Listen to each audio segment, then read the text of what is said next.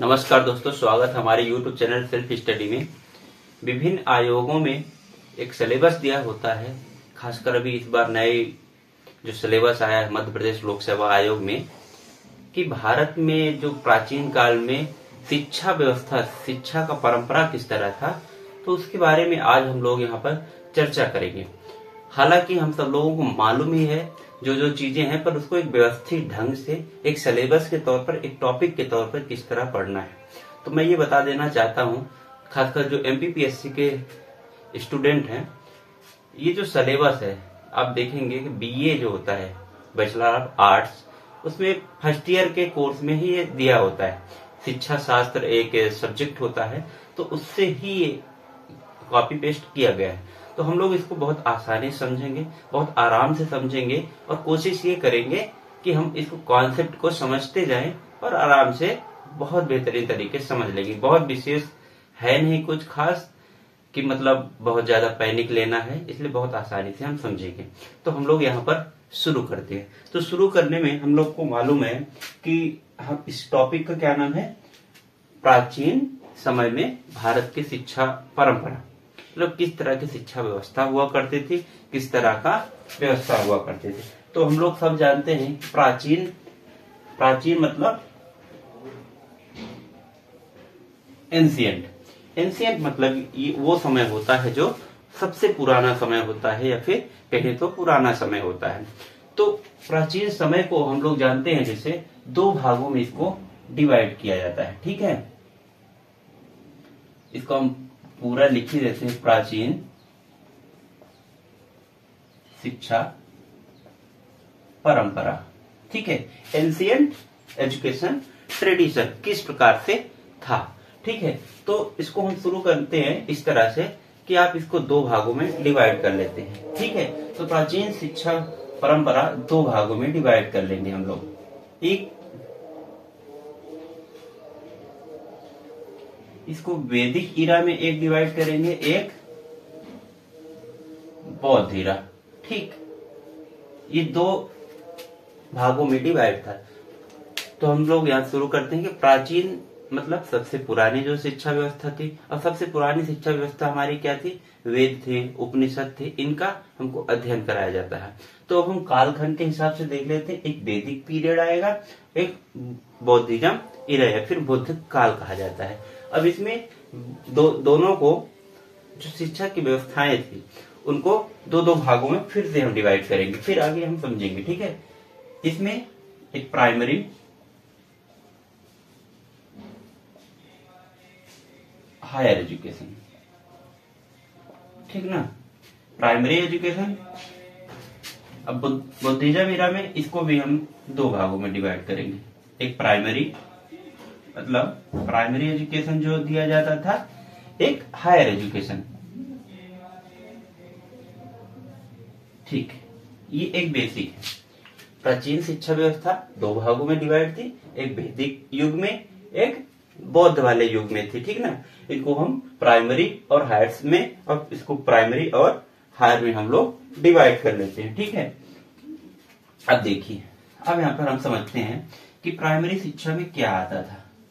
तो प्राइमरी शिक्षा में हम सबको मालूम है कि जो शिक्षा अभी भी दी जाती है, प्राइमरी शिक्षा, वो घर में दी जाती है। घर में बच्चों को कहानियां के माध्यम से सुनाया जाता है, कथा सुनाई जाती है, और जो घर के परिवार के लोग होते हैं ना, तो वो बच्चों को शिक्षा देते हैं। वो बेसिक शिक्षा तब भी हुआ करती थी और आज भी हुआ करती है। ठीक है ना, तो इसमें प्राइमरी एजुकेशन में ये होता था।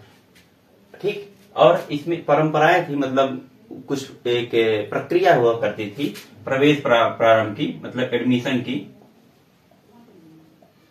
तो घर में ही जो शिक्षा दी जाती है उसको हम लोग प्राइमरी एजुकेशन कहा करते थे, और आज भी कहा करते हैं। अब इसमें एडमिशन की क्या प्रोसेस है देखिए।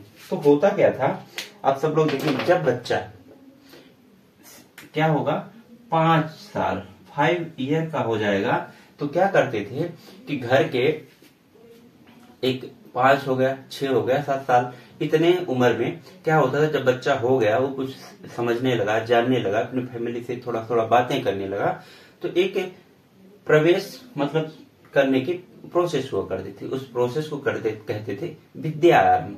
जैसे कि हम लोग जानते हैं हमारे हिंदू धर्म में 16 संस्कार है, उसमें एक विद्या आरंभ भी संस्कार माना जाता है। आई थिंक 10वां संस्कार माना जाता है। तो ये विद्या आरंभ एक संस्कार हुआ करता था।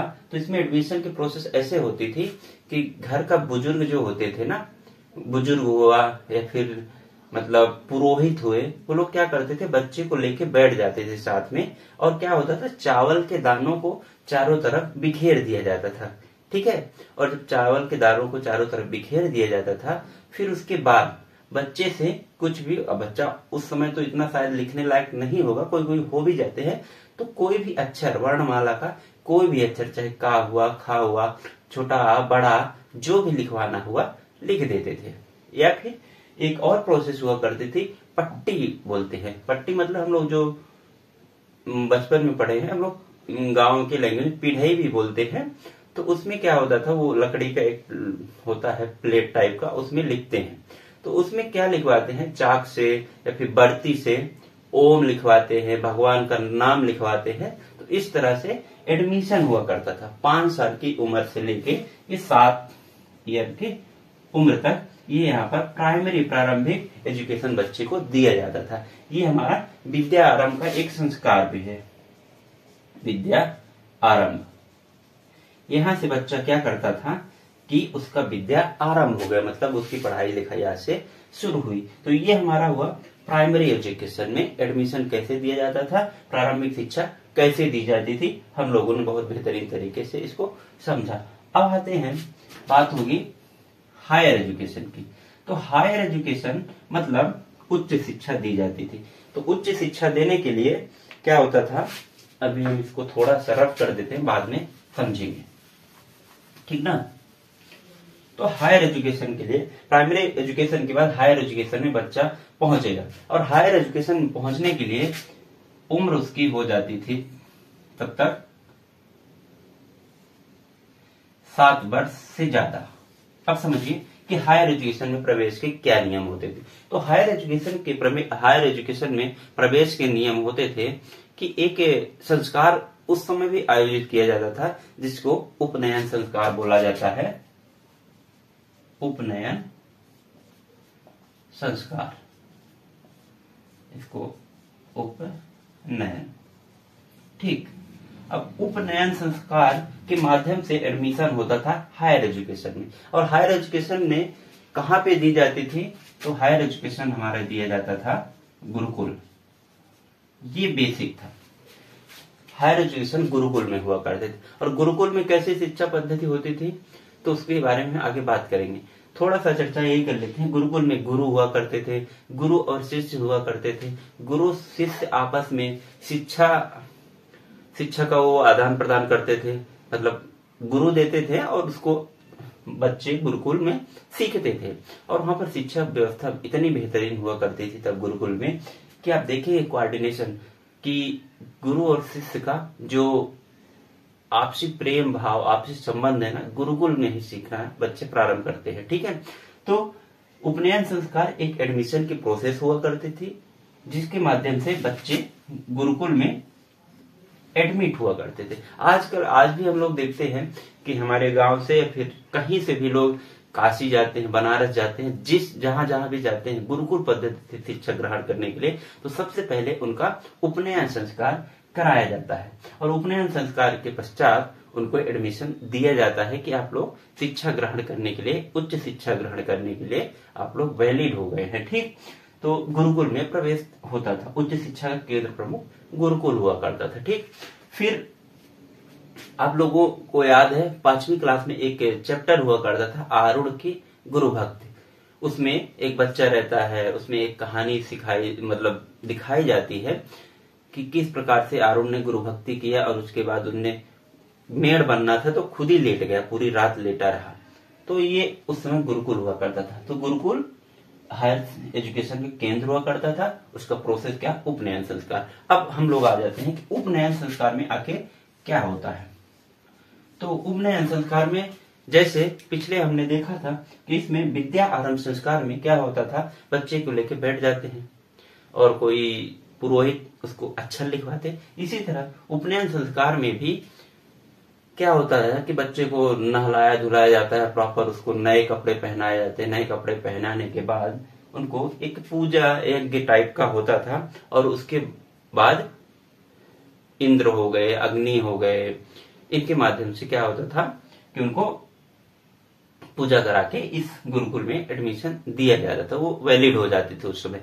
आजकल उपनयन में जैसे ये माना जाता है कि उपनयन संस्कारों में हम लोग अगर ये पढ़ेंगे तो उपनयन संस्कार में ये होता था कि एक टाइप का दूसरा आपका जन्म हो रहा है, आपका इस धरती में दूसरा जन्म हुआ है। एक तो जन्म अपने माता पिता के कोख से लिया, उसके बाद दूसरा जन्म ये देवी देवताओं के कोख से हो रहा है, जिसका उपनयन संस्कार। और उपनयन संस्कार में सबसे इसका एक चिन्ह के रूप में ये होता था कि आपका जनेऊ धारण करना होता था। और अभी भी जनेऊ धारण के बहुत सारे उसमें उसका फायदे हैं, बहुत सारे क्लासिफिकेशन है जिसके माध्यम से जनेऊ को पहना जाता है। तो जनेऊ धारण किया जाता था उपनयन संस्कार में। अब गुरुकुल हो गया। अब हम लोग ये जानेंगे कि गुरुकुल थोड़ा सा वहां पे वर्ण व्यवस्था के आधार पर उपनयन संस्कार हुआ करता था। तो उस समय तीन, हम लोग को मालूम है 4 वर्ण होते थे, ब्राह्मण, क्षत्रिय, वैश्य और शूद्र। तो इसमें क्या होता था, उपनयन संस्कार जब हुआ करते थे तो उपनयन संस्कार की उम्र इसमें डिसाइड थी। तो उपनयन संस्कार 8 वर्ष में ब्राह्मण वर्ग के बच्चे का उपनयन संस्कार, 11 वर्ष में क्षत्रिय और 13 वर्ष में वैश्य, इन तीनों में अलाउ था, क्या था कि उच्च शिक्षा आप ले सकते हैं। अब शूद्र वर्ग में क्या था, उसको उच्च शिक्षा लेने की व्यवस्था नहीं थी, तो उनका उपनयन संस्कार नहीं हुआ करता। तो एक विडंबना थी। खैर धीरे धीरे वो सारी चीजें हट रही हैं, बहुत अच्छी बात है। अब तो सब अब ले रहे हैं, ठीक है। अब उपनयन संस्कार भी नहीं होता है, बस नॉर्मली जाओ, आप स्कूल जाओ। तो उस समय ये व्यवस्था हुआ करती थी। तो हायर एजुकेशन का समझ में आ गया, प्राइमरी हमको समझ में आया। हायर एजुकेशन में उसका उपनयन संस्कार होता था, इससे विद्या आरंभ संस्कार से एंट्री होती थी, ठीक ना, पढ़ाई लिखाई की। तो इस तरह हम लोग बात कर लिए कि प्राचीन काल में शिक्षा का प्रारंभ क्या होता था। और ये देखिए, जो हम लोग का शिक्षा लेने का मेन उद्देश्य क्या हुआ करता था, तो मेन उद्देश्य ये हुआ करता था कि शिक्षा का मेन उद्देश्य ये हुआ करता था आत्मानुभूति। मतलब उस बच्चे को, उस व्यक्ति को, उस पर्सन को अपने अंदर की आत्मा का अनुभूत हो जाए। आत्मा अनुभूत का एक पर्यायवाची है मोक्ष। मोक्ष का एक पर्यायवाची है, कहा जाए तो आत्मा परमात्मा की कॉन्सेप्ट को समझना और आत्मा परमात्मा का एक हो जाना, ये होता था मेनली हायर एजुकेशन का मोटिव। आगे हम लोग देखेंगे कि और इसके मोटिव क्या है, और फाइनली शंकराचार्य जी ने क्या बोला है शिक्षा के बारे में, वो भी देखेंगे। तो ये हमारा वैदिक काल में हुआ करता था, ठीक है। अब दूसरी हम लोग बात करेंगे कि किस प्रकार से आखिर बौद्ध में किस प्रकार से शिक्षा का उनमें स्टेज क्या हुआ करता था। क्योंकि भारतीय शिक्षा परंपरा को 2 ही भागों में बांटा गया था, प्राचीन को तो वैदिक हो गया, अब ये हो गया बौद्ध इरा।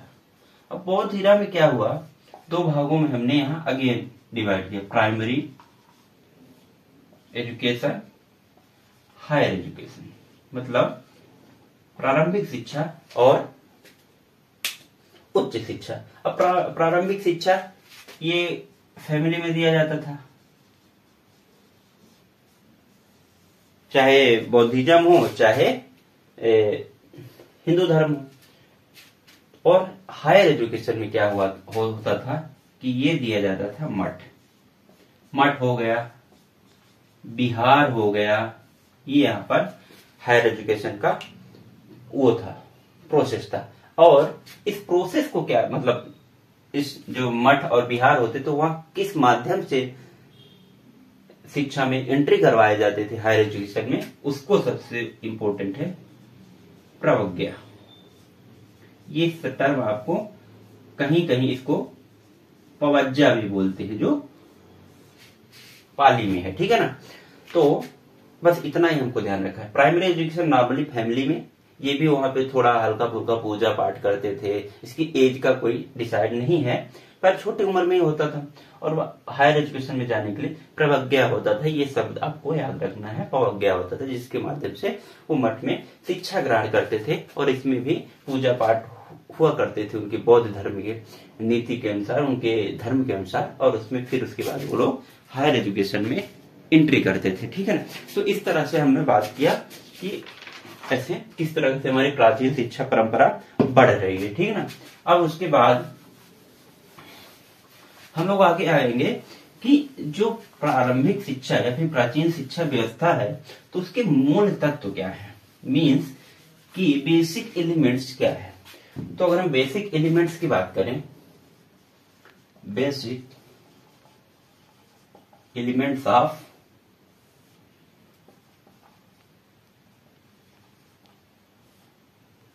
एंशिएंट एजुकेशन सिस्टम, ठीक।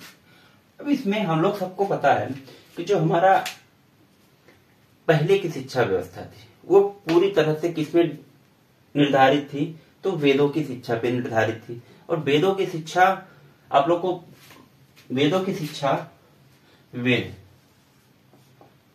वेदास, ये आगे हम थोड़ा सा विशेषताएं जब आएंगे प्राचीन शिक्षा परंपरा में, उसमें हम डिस्कस करेंगे। अभी हम basic elements of ancient education system की बात करते हैं। तो इसमें देखिए हम लोग के इसमें ये पूरी तरह समाहित थे किसमें, भारतीय दर्शन में, मतलब इंडियन फिलॉसफी। अब इंडियन फिलॉसफी पे तीन हम लोग को मालूम है, 1 2 3। एक टर्म होता है तत्व मीमांसा, समझिएगा थोड़ा सा। एक टर्म होता है ज्ञान मीमांसा, हिंदी में लिखते हैं ऐसे, ठीक ना। तीसरा होता है मूल मीमांसा, या फिर आचार बोलेंगे तो आचार मीमांसा, ठीक। एक अलग से लिख लीजिए तर्क।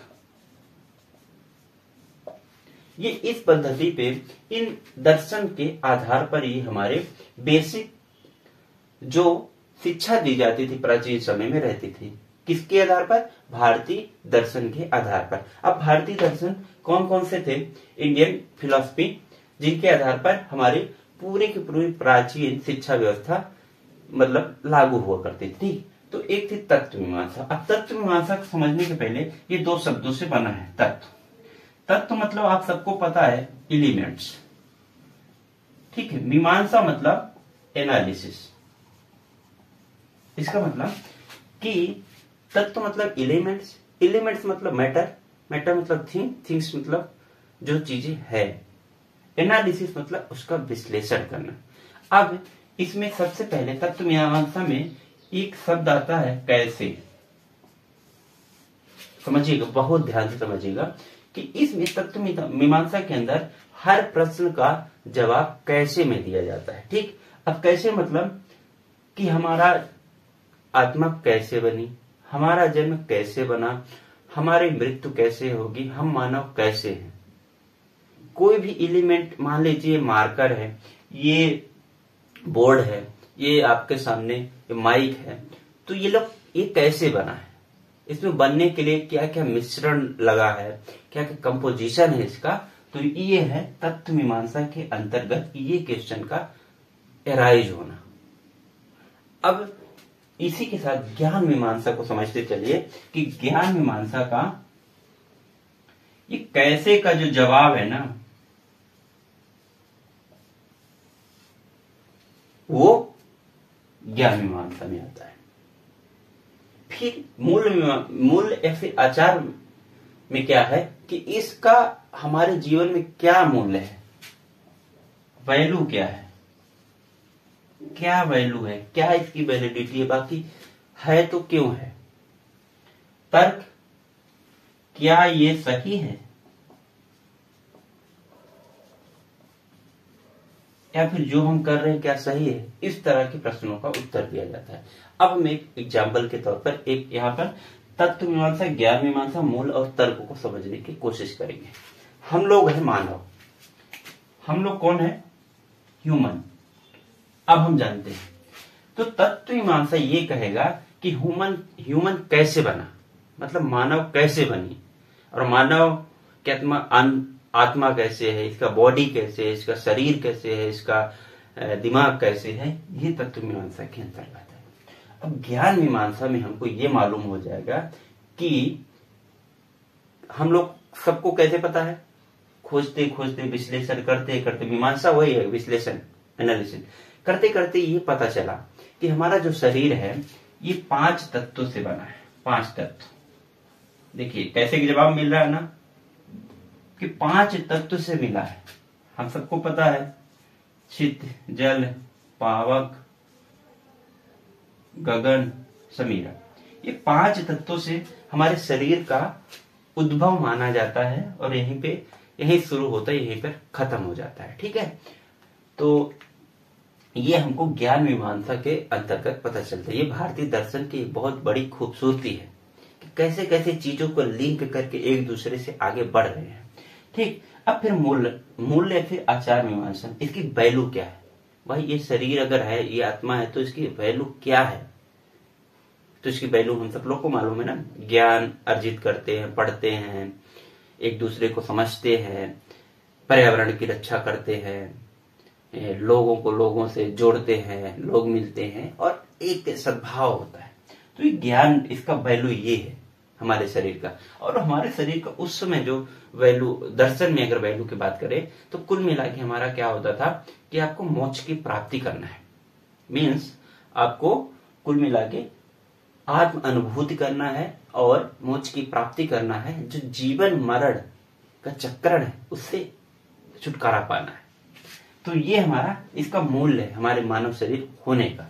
ठीक, ये वैल्यू हमको मूल मीमांसा या आचार मीमांसा में पता चलती। अब तर्क मीमांसा एक इसी के साथ, हालांकि 3 है पर एक तर्क को भी जोड़ा जाता है कि इसमें यह है क्या भाई जो हमारा शरीर है, हमारा जो जन्म हुआ ये सही है, हुआ है तो क्या हम सही कार्य कर रहे हैं, हम मोक्ष की प्राप्ति की ओर जा रहे हैं कि नहीं जा रहे हैं। ये हमारा तर्क मीमांसा के अंतर्गत ये क्वेश्चन एराइज होता है, कितना हमारा लॉजिकल, मतलब हमारा जन्म होना, हमारा आत्मा कितनी लॉजिकल है, इसकी बात में तर्क मीमांसा में किया जाता है। ठीक, तो इस प्रकार से हम लोगों ने ये जो हमारी प्राचीन शिक्षा परंपरा थी वो किसमें बेस्ड थी कि इंडियन जो भारतीय दर्शन है, और भारतीय दर्शन में तत्व, ज्ञान और मूल मीमांसा बेसिक है, इसके आधार पर प्राचीन शिक्षा व्यवस्था दी जाती थी। हम लोग को पता है कि वेद जो होते हैं तो वेदों का अध्ययन पहले कराया जाता था। उसमें हर 12 वर्ष में एक वेद होता था। जैसे 12 वर्ष आपने प्राप्त कर लिए, वेद पढ़ा, दैट मीन्स आपको बैचलर डिग्री तब मिलेगी। आजकल तो 2-3 साल में ही मिल जाती है ना। तो उस तरह से चीजें आगे बढ़ती हैं। ठीक है, अब एक शब्द कहा गया है भारतीय, उसमें शंकराचार्य जी हुए,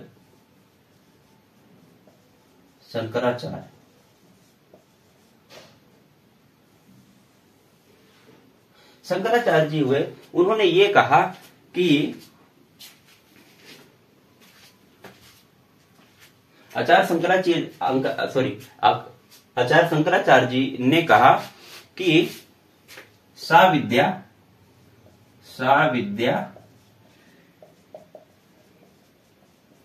विमुक्ति। ये किसने कहा? आचार्य शंकराचार्य ने। अब सा विद्या विमुक्ति का मतलब ये होता है कि हमारा विद्या मीन्स एजुकेशन लेने का मेन ऑब्जेक्टिव ये है कि आपको मुक्ति किससे? ये हो गया आपका जीवन मरण, ये साइकिल चलता है ना, जीवन मरण, इसमें मुक्ति है, बीच में आ जाती है शिक्षा, जिसको मुक्ति के रूप में जानते हैं। तो सा विद्या विमुक्ति, आचार्य शंकराचार्य जी ने ये कहा है कि हमारा शिक्षा लेने का बेसिक जो गोल है वो हमारा होना चाहिए कि इस मोक्ष की ओर प्राप्ति करना और जीवन मरण के इस चक्रण से हमको मुक्ति देना। अब हम लोग अगले वीडियो में ये बात करेंगे कि जो भारतीय शिक्षा परंपरा मतलब प्राचीन शिक्षा व्यवस्था थी उसकी मेन विशेषताएं क्या थी। तो वो वीडियो जो आएगा उसमें बहुत ही इंपॉर्टेंट हम लोग चर्चा करेंगे, क्योंकि उस वीडियो में सारा कुछ सारांश है उसमें ही निकल के आएगा। तो आशा करते हैं कि ये वीडियो आपको समझ में आई होगी कि किस प्रकार से भारतीय शिक्षा व्यवस्था को डिवाइड किया गया है। वेद काल में, वैदिक काल में और बौद्धिज्म में प्रारंभिक शिक्षा किस प्रकार दी जाती थी, हायर एजुकेशन में क्या करने की प्रोसेस होती थी। तो ये हम लोगों ने यहाँ पर बात कर लिया। तो अगले वीडियो में हम लोग बात करेंगे कि आखिर जो वैदिक शिक्षा हुआ करती थी, जो प्राचीन शिक्षा व्यवस्था हुआ करती थी, उनकी विशेषताएं क्या हुआ करती, क्योंकि हमारा ये ज्यादातर ये वैदिक शिक्षा पे ही बात करेंगे। बौद्धिज्म में ज्यादा चर्चा है नहीं, क्योंकि हिंदू धर्म सबसे ज्यादा उस समय मतलब लाइट में था, प्रचार में था और ज्यादातर लोग हुआ करते थे। तो वैदिक शिक्षा की अगले हम वीडियो में प्राचीन शिक्षा व्यवस्था की प्रमुख विशेषताएं बात करेंगे। और विशेषताओं में आप लोग देखेंगे तो उसमें बहुत सारा चीज आपका हो जाएगा। ठीक है, तो तब तक के लिए धन्यवाद। देखते रहिए, आप लोग कमेंट करिए वीडियो में। और ये एमपीपीएससी का पहला टॉपिक है। एमपीपीएससी के यूनिट नंबर 1 के अगर प्रीलिम्स के देखेंगे, पहला टॉपिक है, यहीं से प्रश्न आने हैं। जैसे वहां पर प्रज्ञा पूछ लिया करेगा, आप लोग को विद्या आरंभ पूछ लेंगे, तो इस तरह से तत्व मीमांसा, ज्ञान मीमांसा थोड़ा बहुत पूछ सकते हैं। तो इस तरह से चीजें होंगी। ठीक है, तो आगे अगले वीडियो हम लोग इसकी विशेषताओं की बात कर लेंगे, किस प्रकार से वैदिक परंपरा या फिर वैदिक शिक्षा की विशेषताएं हुआ करती थी। तो तब तक के लिए धन्यवाद। देखते रहिए वीडियो को। नमस्कार, जय हिंद।